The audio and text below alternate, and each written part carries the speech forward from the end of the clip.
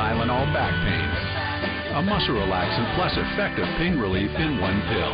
Tylenol back pain. Get back to normal, whatever your normal is. To more of your news now, and it's being called the Taj Mahal of schools. With a price tag of more than $500 million, this is the most expensive public school ever built. Here's a look at the new student auditorium at the Robert F. Kennedy Community School in Los Angeles. It looks more like a fancy nightclub. The school is about the size of 6 schools with a massive gym, competitive swimming pool, and a coffee shop. It was built on the spot of the former Ambassador Hotel, where Kennedy was assassinated in 1968. Now, from a pricey school to pricey school supplies, let's face it, the pencil case and the eraser just don't cut it anymore. No, it sure doesn't. Nowadays, it's all about the high-tech learning tools. Pretty much every parent is feeling the pressure to pony up the big dollars for the latest must-have gadgets. Laura Zilke now to join us with a primer on all the products available in tonight's Consumer SOS. Good evening, Laura. Hi there, Ann. The choices are dizzying, and in some cases, so can be the prices. So before you dig deep and dish out for the newest gadget, it's a good idea to know what each can offer your child as they head back to class. Here's a look. Cell phones, smartphones, netbooks, laptops, the kids would have it all if they could. We need that for what? And what do you need that for? And for what? Kids are definitely pushing their parents to get some of the stuff that maybe they're not quite ready for. There is a consensus among education professionals and techies. By the time a child is in elementary school, he or she will need to know the basics of a home computer. A netbook is powerful enough for junior high-aged kids. 10, 11, 12 years old is where people start to think about, we'll give our son or daughter an email address so they can do email and let them use the instant messaging. This model at about $400 is the Netbook NB30. It's ideal for preteens who tend to be rough on their stuff. If you drop it, it falls 3 feet or more, the hard drive will shut off to protect your data. Once the kids hit high school, it's likely time for a laptop. They'll be most attracted to the colorful ones. For internet access almost anywhere, internet sticks are good, but most schools, libraries, and coffee shops have Wi-Fi, so the monthly fees might not be necessary. The internet itself can be a huge help for back-to-schoolers. There are literally thousands of downloads available, many of which are free. So there's some good ones out there that'll help you sort of maintain your schedule, know which classes you're supposed to be in, know what your assignments are for each class. A couple of examples: RememberTheMilk.com or Google Calendar. Both are free and will send reminders by email or text. As young as 10, kids might be asking for a smartphone, but it's likely not necessary. Tech companies say the target market for QWERTY or text-based phones is for those under 14. When you get into email and web connectivity, then you have to get into the smartphone world, and then you have to make a choice between the iPhone 4 or the 3GS or an Android phone. And if there's no way around it, try starting with a more basic model like the iPod Touch, which is like an iPhone but doesn't have the cell phone capability. If it's possible to hold off on getting a netbook, tech experts say the tablet is really the next big wave. In fact, by the holiday season, several models other than the iPad will be on the market, and prices will likely start to fall off.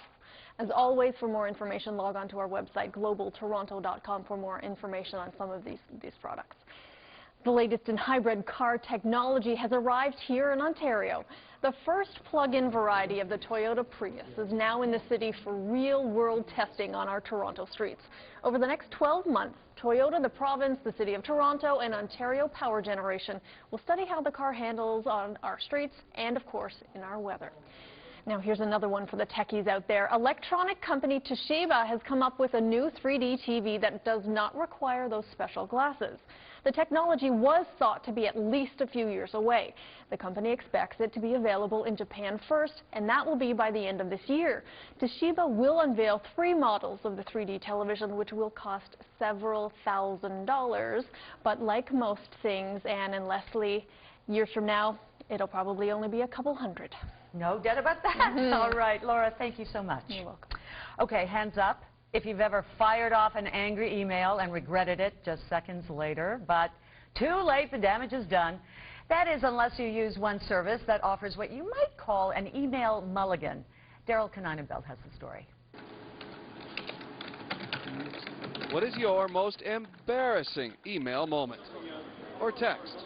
I ranted back in an email and then was just like, wait, they didn't mean it that way. Sometimes people really end up hurt. We now all know what extramarital texting did to golf legend Tiger Woods, but he's not the first. Another text sex scandal unfolding in Detroit, where tawdry texts involving the interim police chief and a romance with a female officer. You see there's a link up here to undo. This might have saved all that heartache. A recall feature Google now testing with Gmail users. Basically allows you to recall an email once you've already sent it within a few seconds. It's called email recall, but it's only for Google Mail users. If you realize there's an error that you need to fix, it's now very, very easy to do that. And send. Okay, so how long do you have now left to recall that? It's about 10 seconds. Now, according to a study done by the search engine Lycos, 210 billion emails are sent every day. And according to a study that they conducted in 2006, the number of emails sent in error occurs 42 times every minute. Yeah, I would totally use that. No, I would actually disagree with that. I think, like, the internet is becoming a very abusive tool. There's a lot of cyberbullying going around and stuff like that, and I think people should think before they send things. It's a neat function that will get people interested in Gmail, and they may use it once or twice, but really, you got to be smarter with what you're sending at the end of the day. For users not on Gmail, Drafts, create drafts first. experts remind us that what we text or type in email is forever. Forget that, you might find yourself in the bunker for good. Daryl Kaneinenbelt, Global News. Well, if you've been nervous about your private sector pension of late, some new regulations today from the Ontario government are designed to ease that fear.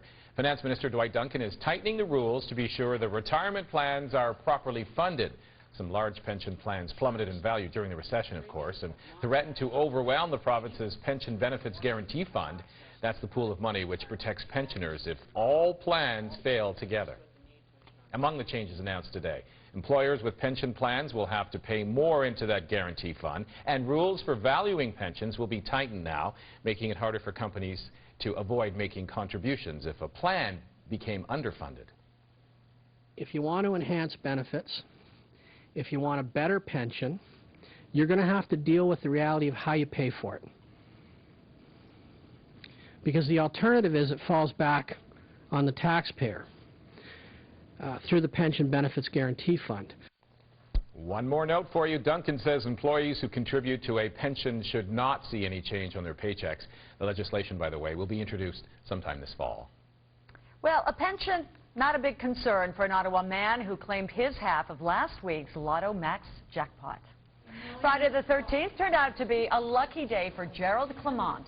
That's when his free ticket on the $50 million draw paid off.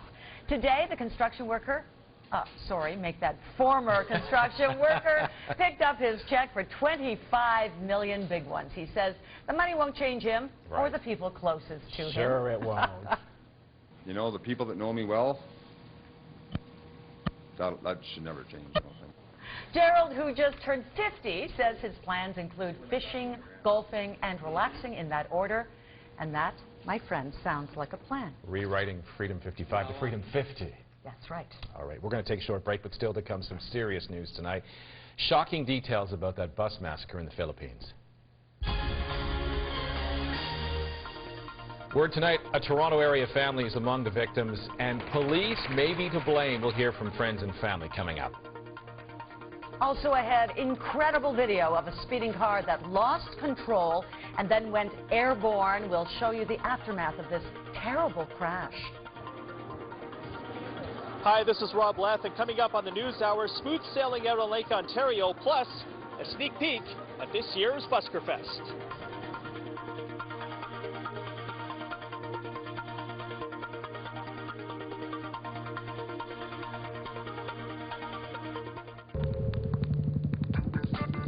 News Hour Airborne Traffic is brought to you by Swiss Chalet. For a wholesome meal delivered right to your door, it's an obvious choice. Order online at SwissChalet.com. Swiss Chalet, always so good for so little.